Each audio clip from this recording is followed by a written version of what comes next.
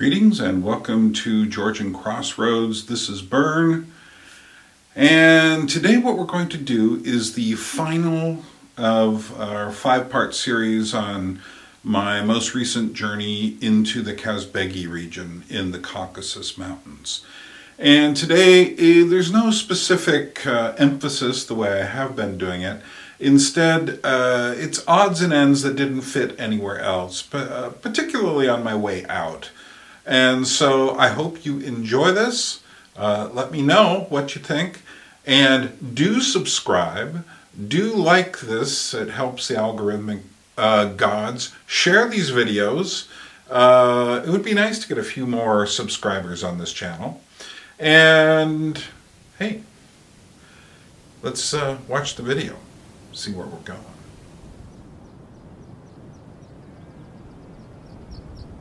So our first stop is just going to be a little area by the Snostsqali River, and that is the river that's named after the village of Snow. Tskali means water in Georgian, and next to the river is a small area that's kind of under a levee. And you're driving on the levee here. It's a bit above, and there's a really beautiful pond next to it. Now, I didn't see any fish in this pond, but it should be stocked with fish. It looks like a great place for trout. And who knows, maybe it does. The Georgians do like trout, and they tend to have them in their lakes. And there's the Lada Niva, which I borrowed from my friend Alexander, which has been a great help on this trip, getting around. Also, this area is wonderful for bicycle riding. Way back in the valley is where the hill for Juta is. And I don't suggest riding up that hill. It's pretty steep and rocky, the road is. But along this way from the highway on, it's about maybe 5-6 kilometers, is a really wonderful road for bicycle riding. So if you're ever in the area and you have a bicycle, go for it.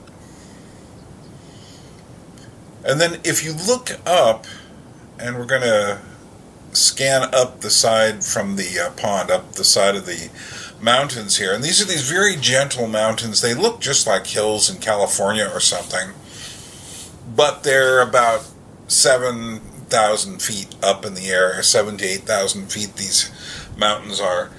And all that forested area is actually the remnants of the forest that used to be here, and those are protected places. And it's under the heading of the Kazbegi National Forest.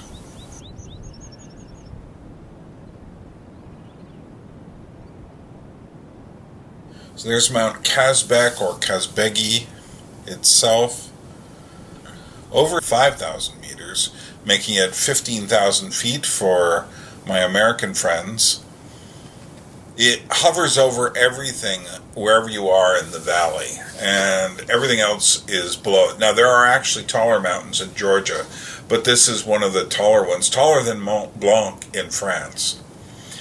And we are looking here at another mostly abandoned village. I believe there's one person living in this village. I did not go into it for a reason I'll explain to you in a moment.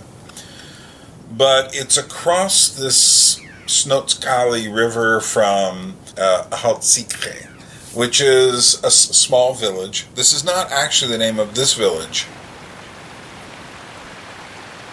I've actually forgotten the name of it. It's in a book that I have, but unfortunately I packed the book away while I'm getting ready to move from the apartment I'm in to a new house, when I find it. So that's another story. But nevertheless, this abandoned village is interesting. Now, the reason I didn't go into it is simple.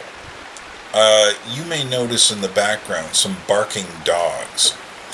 They were across this very small Snostsqali River, and they were loud and ferocious. There were two of them. They seemed to be chained up. Nevertheless, there was something about, they were just barking so long while I was there. It gave me this sense of unease. And as I mentioned, discussing my trip through the Trousseau Gorge, pretty much the last animal I'd like to meet is an angry Caucasian shepherd dog. And I say that having lived in Alaska among moose and bears, and there are in fact bears and wolves in these mountains, but it's really a Caucasian shepherd dog, because unlike the wild animals, they have a grudge. And their grudge is, you're getting too close to the sheep. So they will go after you to protect the sheep. Not all of them, but sometimes they will. So that's not something I want to meet. And they might have rabies.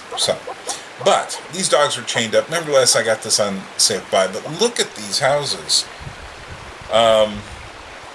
They're kind of similar to the one house I went into before I started going into the wildest part of the Trousseau Gorge. Look at the verandas and the walls, stone walls. Just amazing place to go. And I was able just to hang out here for a while. I would have hung out longer had the dogs not been chained up across the river, which is not too far away.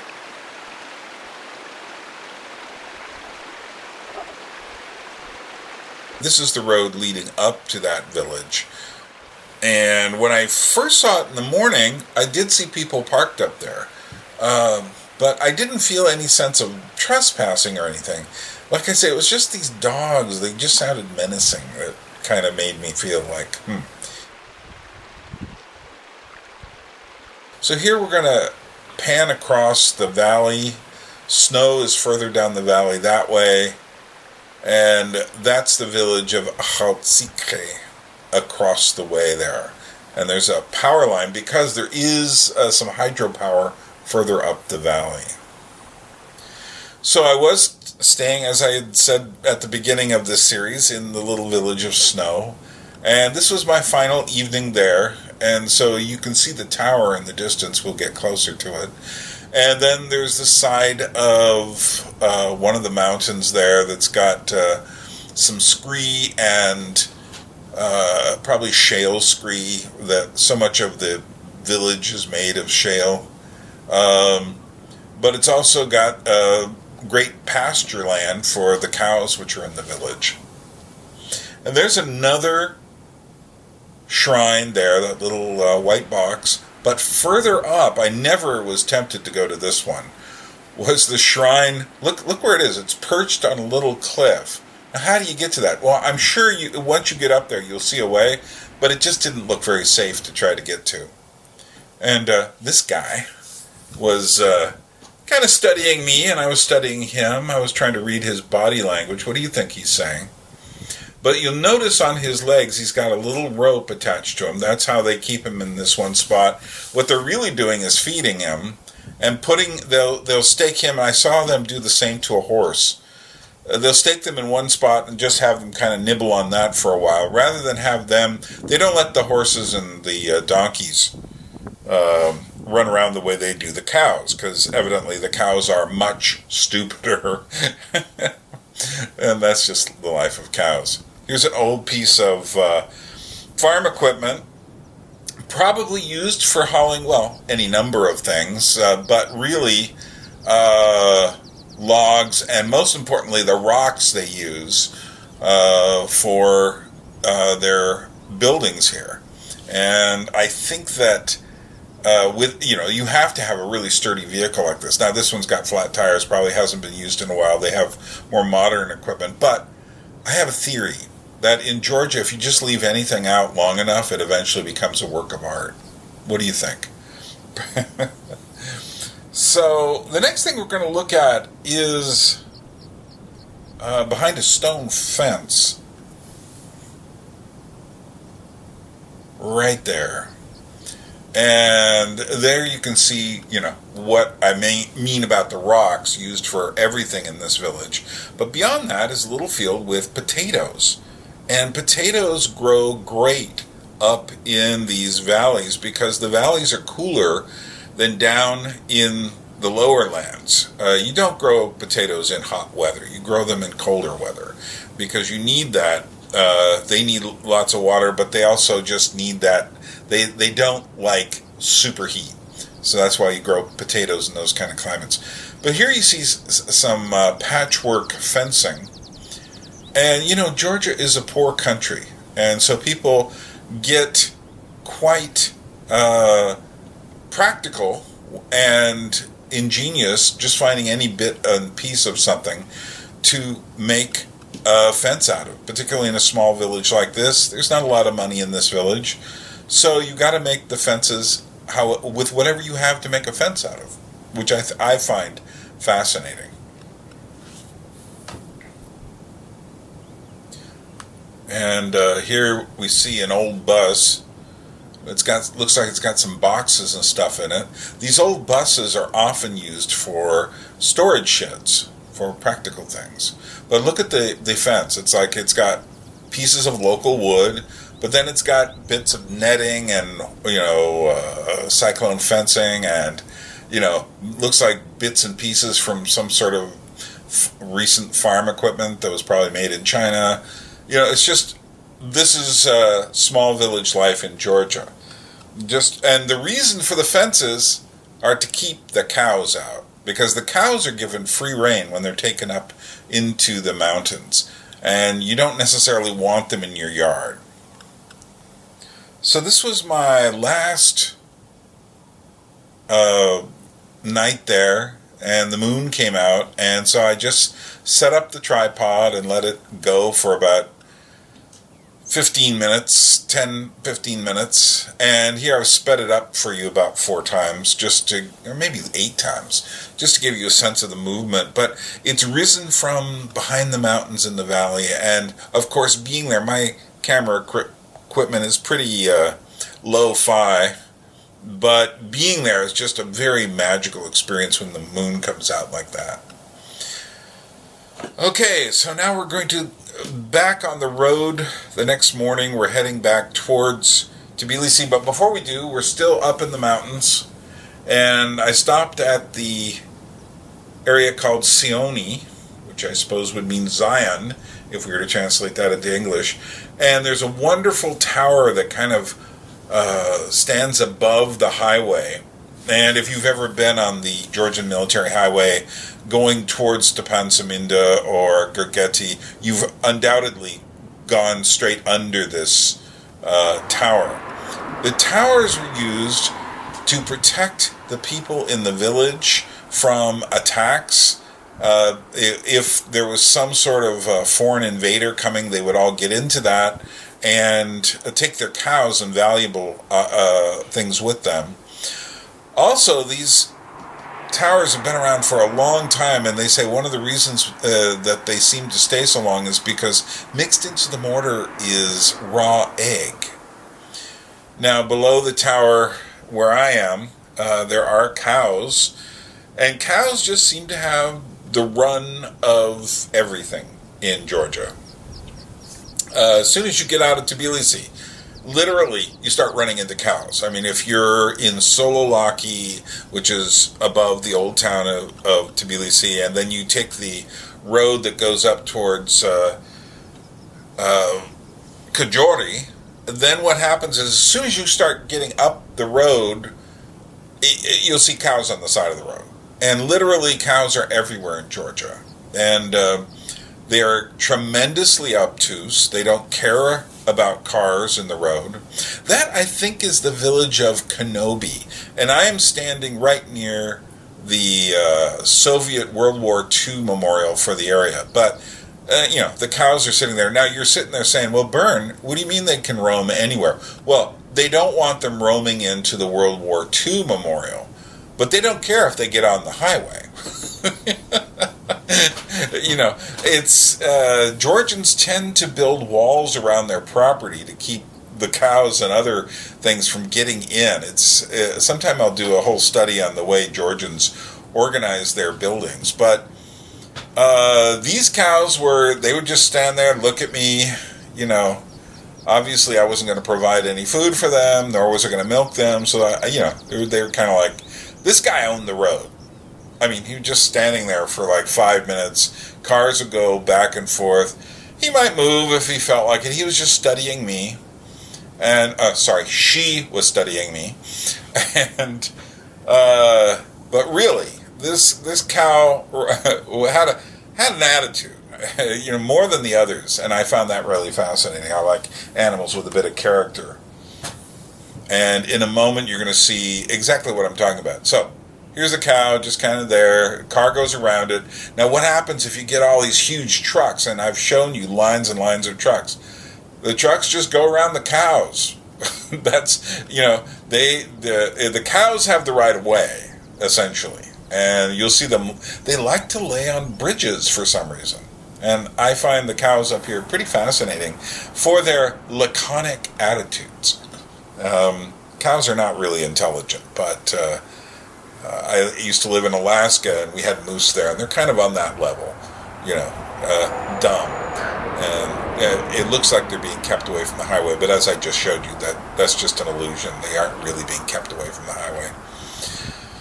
So, I want to show you this World War II memorial. Now, actually, this was fenced off, and I couldn't get close to it, but what I've done here is I've taken a really nice picture, and we'll see some detail on this wall. But there's an obelisk here, and this memorial is for all the soldiers who died in World War II from this valley, the Kazbegi River and the Kazbek region, Kazbegi.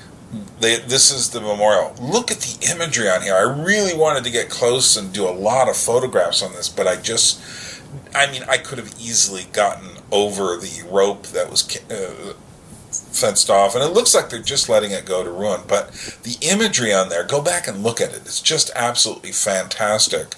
I mean, there's death imagery. It's like a Guernica. Here's the obelisk for the soldiers as a memorial, and I really hope they fix this up so that you can stop along the side of the road and go look at that wall, because what I could even see of it, I didn't get to the back half. It's just fantastic.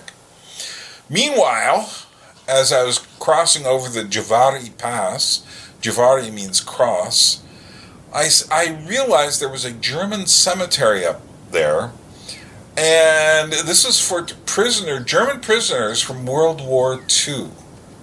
And I couldn't figure out why they're there. It seems like a position of honor. But evidently, this is done in order to... It's kind of like a peace cemetery. So, someday I may find out the real story behind that. Meanwhile, here was a spring I stopped in. I think this was down near Pasanauri. But I want you to notice something. So there is a little spring here. You can stop, fill up with water. But then people have made this a shrine. And so they leave... little pots of plants there for it.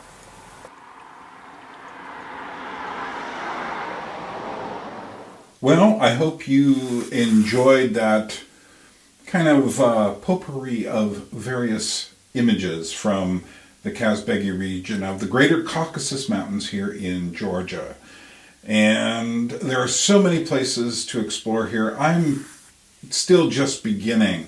I would be going out more, but I'm trying to save up my money to take a trip to Alaska to get my stuff here. And when I do, I am going to document that trip to Alaska and share it with some of you. More importantly, I'm going to share the coming of the container with over, 5, 6, 7,000 kilos worth of stuff, 10,000, 11,000, 12,000 pounds or more worth of library. And I am trying to find a new place to live here that's permanent. And I have to get help from my Georgian friends because I can't call people up because they don't speak English. So much changes coming, but this channel will continue. And I've got some new ideas coming up. I'm going to do a series on things that I've realized Georgians just don't understand about America. I mean, everybody thinks about America, but then you realize the image they have in their head of it is not actually America, or it's just little fragments of it. And of course, I will do the reverse as well. What Americans don't understand about Georgia before they come here. So that and other things will be coming up. So stick around.